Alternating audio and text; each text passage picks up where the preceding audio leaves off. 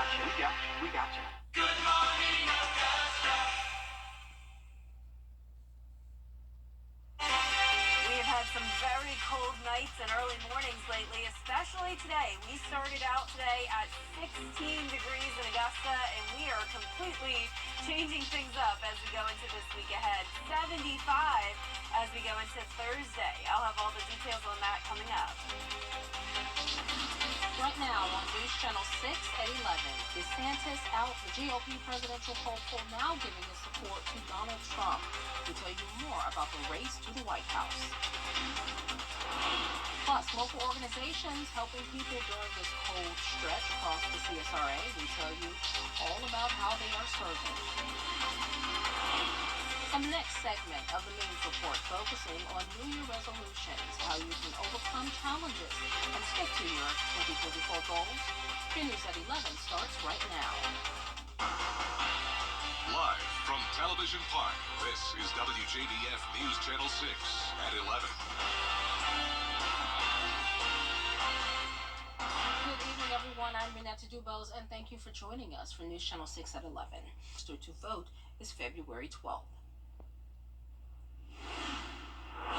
It's time now for a first look at our weather with meteorologist Jennifer Tracci. Hey, Jenna, how's it looking tonight? Well, it's still cold, Renetta. It's been cold for quite a few days now. Of course, as I mentioned, this morning was the coldest day we've had so far this entire year. The coldest day since December of 2022. And things aren't changing a whole lot tonight, but we are starting to see a bit of a warming trend. Here's a live look now at our Terry Lambert Hyundai Skyview cam. This is over outside the station. It is nice and dry tonight. Just some high-level clouds moving into the area, but no rain at the moment, and no rain in the forecast tomorrow. High pressure will stay in control. That'll keep us dry with a good amount of sunshine tomorrow. We'll slowly see an increase in clouds, but all just high-level clouds. All the rain and some snow even is out way towards the west in Oklahoma and Texas. Today's temperature started out at 16 degrees.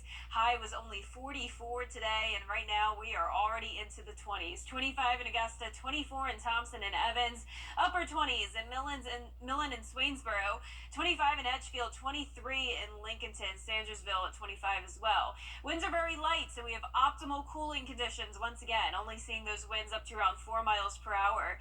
Tomorrow morning, winds will be calm, temperatures will be cold. All of us in the low 20s, in some spots even dipping into the upper teens. Skies will stay clear tomorrow for the first half of the day. As I mentioned, more clouds moving in at night, but it won't be until Tuesday where we'll see a chance of rain. A warm-up begins tomorrow, and then we'll really start to feel the warmer temperatures by around Wednesday, especially by Thursday. We're going to be in the 70s. So coming up, we'll have a look at that full 10-day forecast. So stay with us, but back to you, Renetta. All right, thanks, Jenna. A house fire in Edgefield County left one person dead. The incident happened on Saturday just after 3 p.m. on Old Stage Road. Emergency crews have found the home fully engulfed in the flames. The sheriff says no foul play is expected. The coroner says an autopsy will take place on Tuesday. And Richmond County Sheriff's Office needs your help finding a missing teenager. 13-year-old Raideek Bailey was last seen yesterday at 7 o'clock in the morning on Hillis Road. He was wearing all black with white shoes. Officers say he visits the Apple Valley area. And Richmond County deputies also looking for 13-year-old Stormy Newland. She was last seen on Walton Way and 7th Street, wearing a green crop top, black hoodie, and pink Nike shoes. Authorities believe Newland may have suicidal thoughts. Anyone with any information on either teenager should contact the sheriff's office. Despite cold temperatures, local organizations and businesses work to service those in the community. Director of Compass for Hope, Mike Garrison, and his team serve the community every Sunday, no matter the circumstances. Those in need in the CSRA are able to pick up clothing and hygiene items, grab a shower, and a meal catered by local restaurants. Garrison's hope for a restored community begins with a thought of what people might need day to day. Rain, shine, freezing cold. So hot you can hardly breathe. They're always here. As you can see, there's a huge group of volunteers this week, even as cold as it is. Anyone interested in volunteering or donating can attend service each Sunday outside of the James Brown Arena in the parking lot from 10:30 a.m. to 12:30 in the afternoon. We are almost finished with the first month of this new year, so how are you doing with your resolutions? That's the focus of the next edition of the Means Report. We will talk about the challenges of meeting your goals for this year. A psychologist from Augusta University has great advice on how to stay focused. It's good to have a framework when you're setting goals. So, one that I like to use is called SMART goals. And so that stands for specific, measurable, achievable, realistic or relevant, and then time based.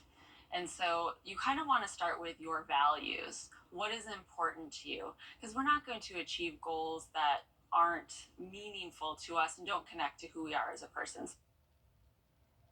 Do not miss our conversation with Dr. Tracy Casanova. Find out how you can stay smart and on track with the New Year's resolutions.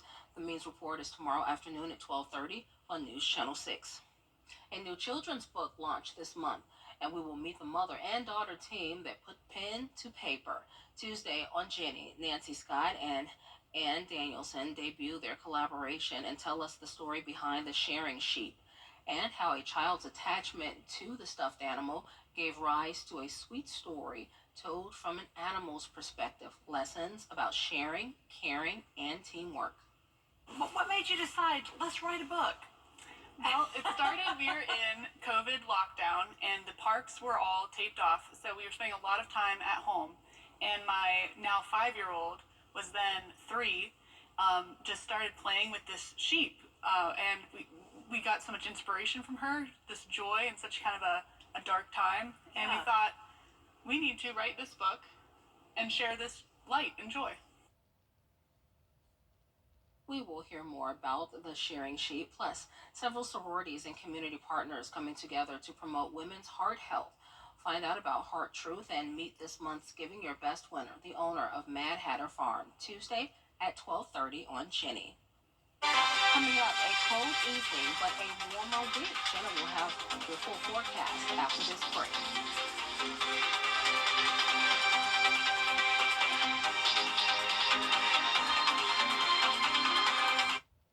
From the dirt to the shirt. I'm Jenny Montgomery. We're headed to Emmanuel County, where a local company's mission is all about a smaller carbon footprint. Nobody can be as sustainable as us unless they open a plant in the South. How one Georgia company is saving the environment, creating local jobs, and changing the clothing business, one stitch at a time. Dirt to Shirt, Wednesday at 5 on News Channel 6. Coverage you can count on. Customer service. The Live 5 for 6 Skyview Network, sponsored by Terry Lambert Hyundai. Now, your most accurate forecast with WJBF Live 5 for 6. Good Sunday evening. I hope you enjoyed your weekend and hopefully you stayed warm. I'm sure it's no surprise when I tell you it was cold this morning, and here are some of the coldest spots we had in the CSRA. Single digits this morning in Wagner, South Carolina, 7 degrees. Augusta Bush Field at 16, coldest temperature since December 2022.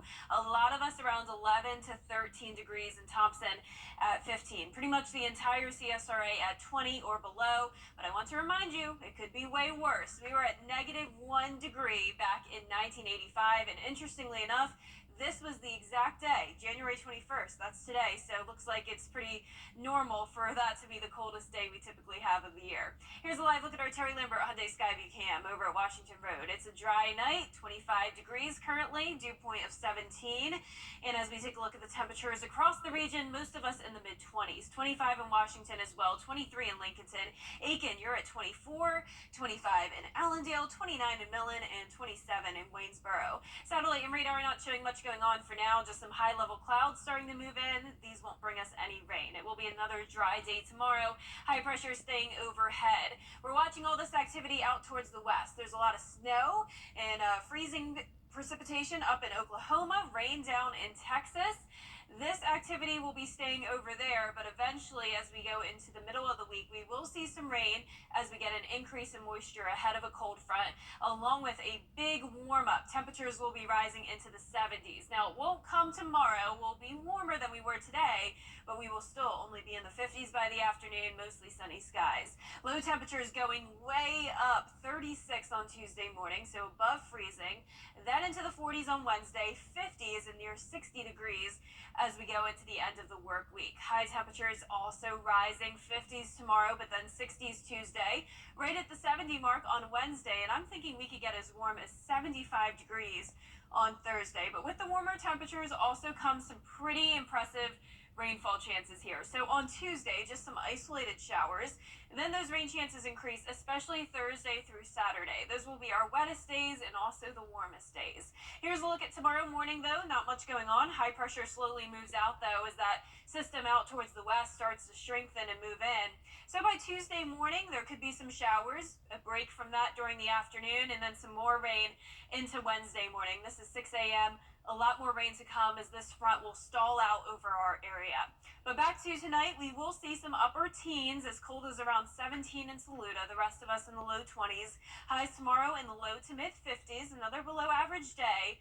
But today we were in the 40s, so definitely getting warmer tomorrow. It will be beautiful as well with the sunshine. Then next week we'll see the cloudy skies with the chances of rain each day. And once again, we'll be back to the 70s on Wednesday, and the 70s continue all the way through Saturday. You don't know whether to have your sweater or your short sleeves out. Yeah, it's that time of the year where you need a little bit of everything in your closet. That's right. Thanks, Jenna. Coming up, a long-awaited bipartisan immigration deal could soon. Coming up, the winner of the Latin American Amateur has punched his ticket to the 2024 Masters. Here goes Dane will tell you who it is in sports. Next.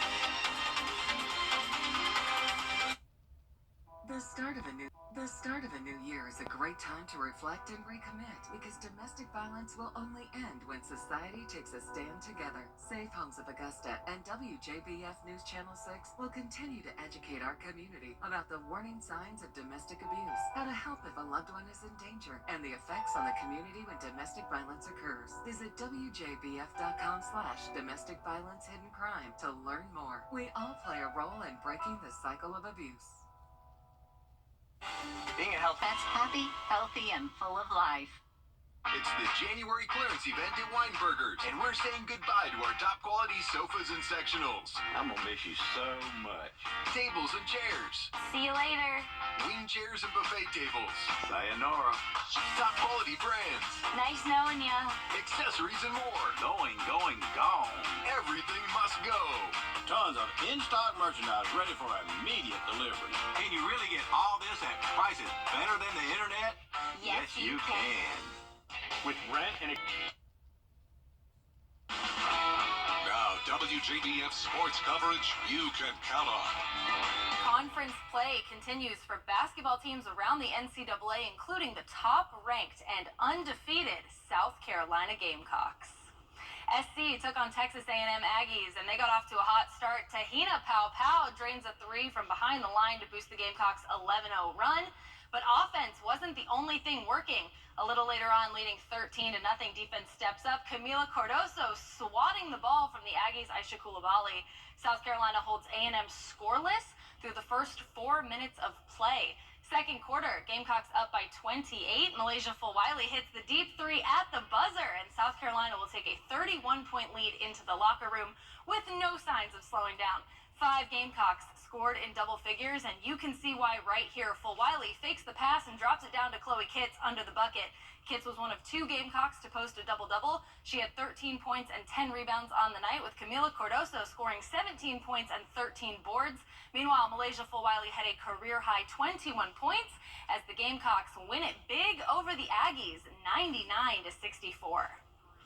The South Carolina High School League announced on Sunday that they updated classification placements of all schools beginning with the 2024-2025 school year. The classifications will be in effect for 2 years, and from the letter, SCHSL talked about districts as well. A first draft should be set by January 26th, with final district assignments being announced on March 1st. For more info, you can check out WJBF.com. In the final round of the American Express, Nick Dunlap, an amateur 20-year-old sophomore from the University of Alabama, started Sunday with a 3-stroke lead, but by hole 16, Dunlap had fallen 1 stroke behind Sam Burns. This birdie putt would put Dunlap in a tie for first at 29 under, and he sinks it.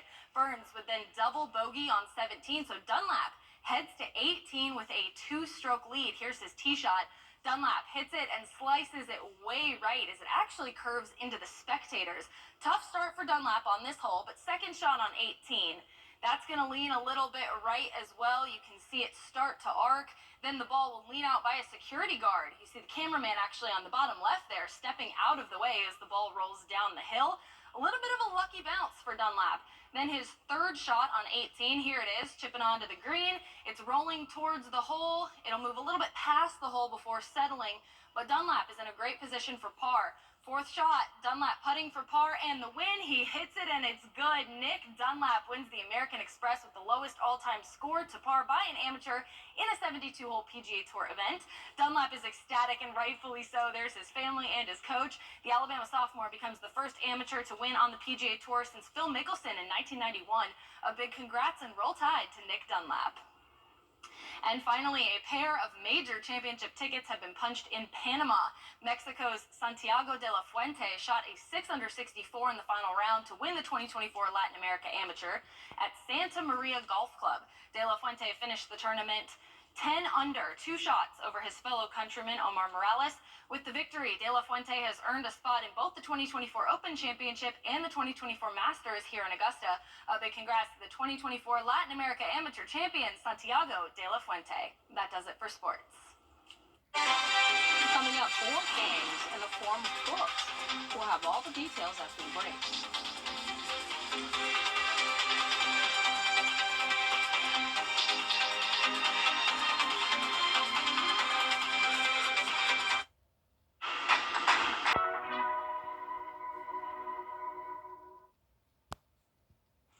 If you like playing board games, but you don't like all the space they take up, well, here's something for you.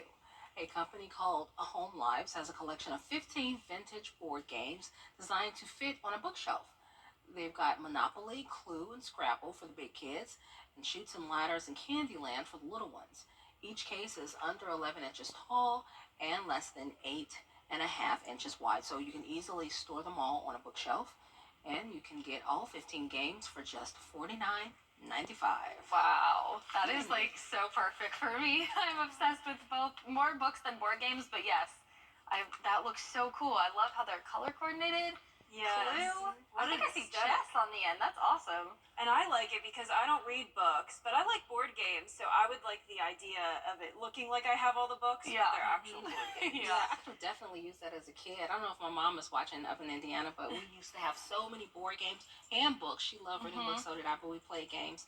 And they were always so big. Oh, and we yeah. just like put them Yeah. on top of the bookshelf. Or we That's had like pretty a cool. closet that was just all board games, and it took up so much room. This is so much better. I love this. This is genius. So smart. I wish I would have thought of I that. know, right? Could Makes have so been a much millionaire. sense. Shucks. Well, tonight it's going to be cold once again. Not as cold as it was last night, though. A lot of us will be in the low 20s, but we will still see some upper teens. 17 in Saluda, 19 in McCormick and Lincolnton. And tomorrow will be around 10 degrees warmer than it was today, but still on the cool side. We'll be in the low to mid 50s.